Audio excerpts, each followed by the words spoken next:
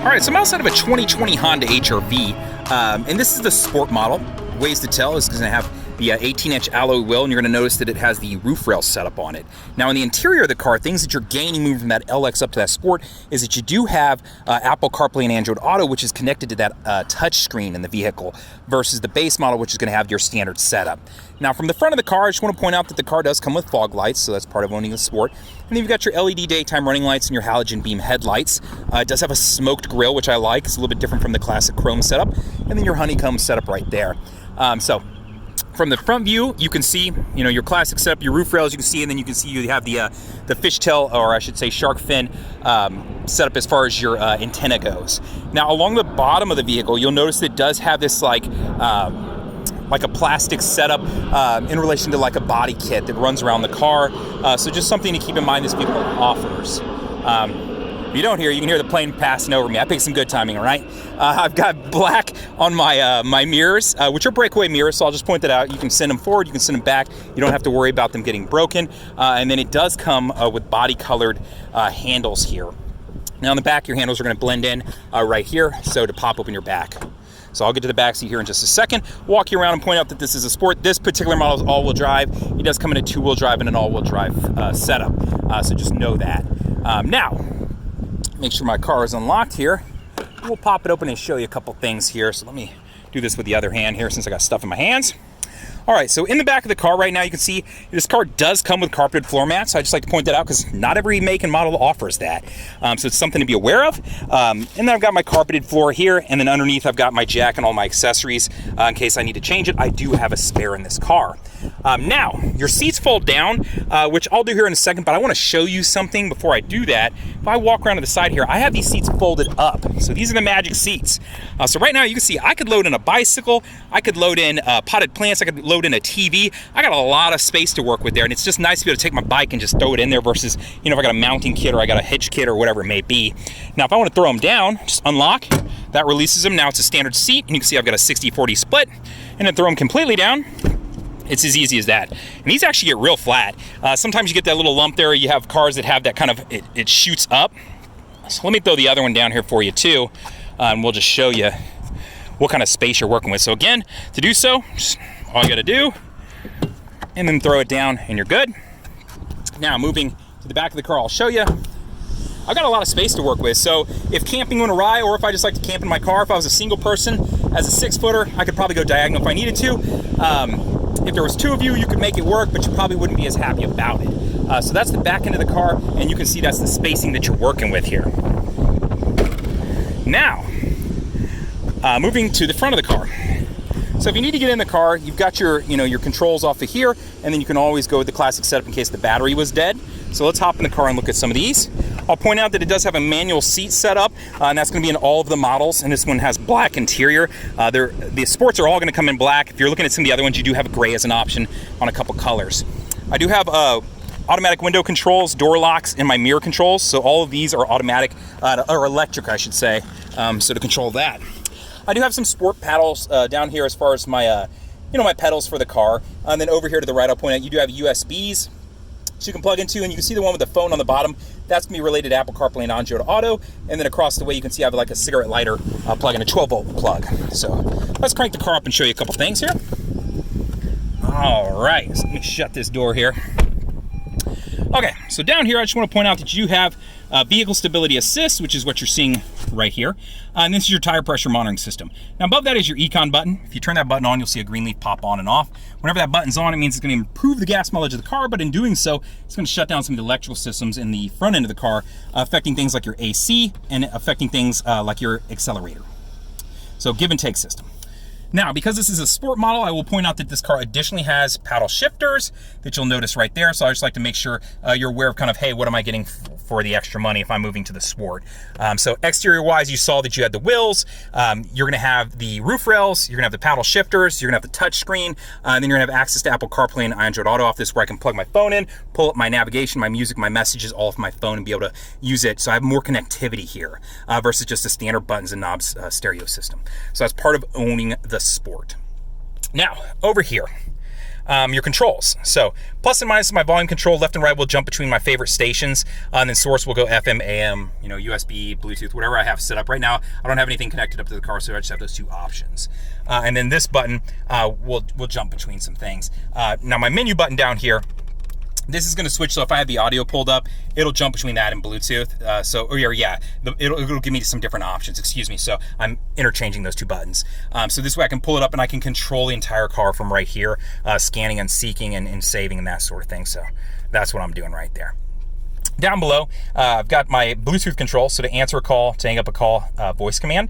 This voice command button also is going to work for my Apple Carplay and Android Auto. So I would be able to, say, okay, Siri, give me directions to this, or Siri, send a text to this person, or Siri, call that person. I just like using Apple Carplay and Android Auto because I feel like their voice recognition systems work better, and not only do they work better, I feel like they give you more options. So I want to be able to play, Pandora or Spotify and do it via voice command while I'm driving. So these 3 buttons right here, and they're just triggers you pull towards yourself. Over here, here's your cruise controls. So press cruise to make sure cruise main is on, and then, set, cancel, resume, so easy to understand. Over here, you got your lighting systems. So, your headlights and then your fog lights. And then over here, you've got your windshield wiper control. Just pull down for your front, and then your back is controlled off this right here. You can twist it. So up here, it is an analog display, which I'm not a huge fan of, but, it is what it is. You're in a lower priced vehicle, so you're not going to get the digital display like you might if you were in some of our other makes like a Civic, or if you were in a CR-V. And then you can see you have a tachometer over here, and then my gas gauge, so you can see it's almost all the way full. I'm missing about a quarter tank. And then I've got instantaneous gas mileage up top, how many miles on this, and then how many miles on this this current trip. So you can see some general info right there. So moving over to the touchscreen, I'll touch on a couple things here. I do like Honda's touchscreen. When I go to my home button, it's set up very simple and easy to understand. Audio-wise, if I want my options, just press your source button, and it'll pull them up: FM, AM, USB, Bluetooth, Pandora, and then of course I have access to Apple Carplay and Android Auto, which is going to be down here. To access those, I would want to plug into that USB down there, the one with the phone on it, so that bottom one. If you're an Apple user, that's all you got to do. It'll highlight and say Apple Carplay, and then select it, and then you'll go. If you're an Android user, you're going to have to download the Android Auto app. So information button, just pull up tripometer information right here, or just a general clocking screensaver. So it just depends on what you want to view. So I've got different options I can see here. And then of course down below that, Honda Link. For this car, really what that's going to be is when you connect up your phone via Bluetooth, it can be set to automatically call 911 if the airbags deploy. So what would happen is Honda would call you if you get in a wreck and your airbags deploy. If you don't answer, they're going to send 911 out, assuming that you're unconscious. And they can do that via GPS in the car. And then of course they have the make, the model, and the VIN, so they know what to send them out and what they should be looking for. So it's there to protect you. It's 100% free. Take advantage of this feature. Connecting over your phone is pretty easy. If you've never connected a phone up, it'll prompt you right here and ask you, hey, would you like to connect the phone?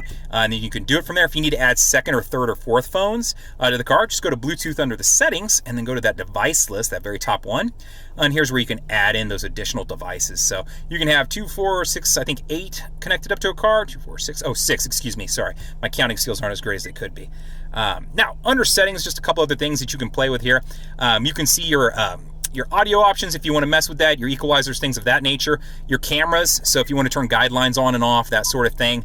And then phone, this is where like I said, you could get to adding new devices to the car. So, and then system is just going to give you, hey, if I want to change the buttons around in the home display, I can do that. You know what I mean, if I want to move this stuff around. So very simple setup in this car, not a whole lot of customization. Civic will give you a little bit more options if you're looking for that. And then CR-V is going to give you a little bit more, but not that much. So AC controls, hot and cold, how much air and where you want it to go. You can see the AC is on with that green LED, and then if I want the air to circulate, and then my rear defrost is right there. To shift the car right here with my setup. And then what this is if I killed the car, wouldn't start, needed to tow it, you could pop this out if the car wouldn't crank, put your key in there, and that'll allow you this to unlock to where you can move it into neutral to be able to get it up on like a tow truck if you needed to flatbed it. Now parking brake, just put your foot on the brake, lift up, and it'll set it. When it sets, it'll throw park right up there so you'll know it's on, and then release it, press down, and it'll release. Brake hold set up when I'm in stop and go traffic. If I'm in drive, when I come to a complete stop, it'll hold the car while I'm in drive and allow me to release my foot. So it's really just a convenience feature. That's what this is, in case you were curious. Now, they actually have a really cool setup that I like for this. So if I have a deep drink, I can push it in and it'll actually go in there. And then I've got these little tabs on the side where I can open them back up and make it shallow if I have smaller drinks. So it's just kind of cool. I mean, you don't see stuff like that too often. So I just like that it does that. You know, how many cars do you see that have something kind of cool and functional like that that you can use and then I can pull it away and push one down and kind of customize and set up. Now, your hand or your armrest is slidable, and then it does pop open additionally too, and I've got some storage down in there.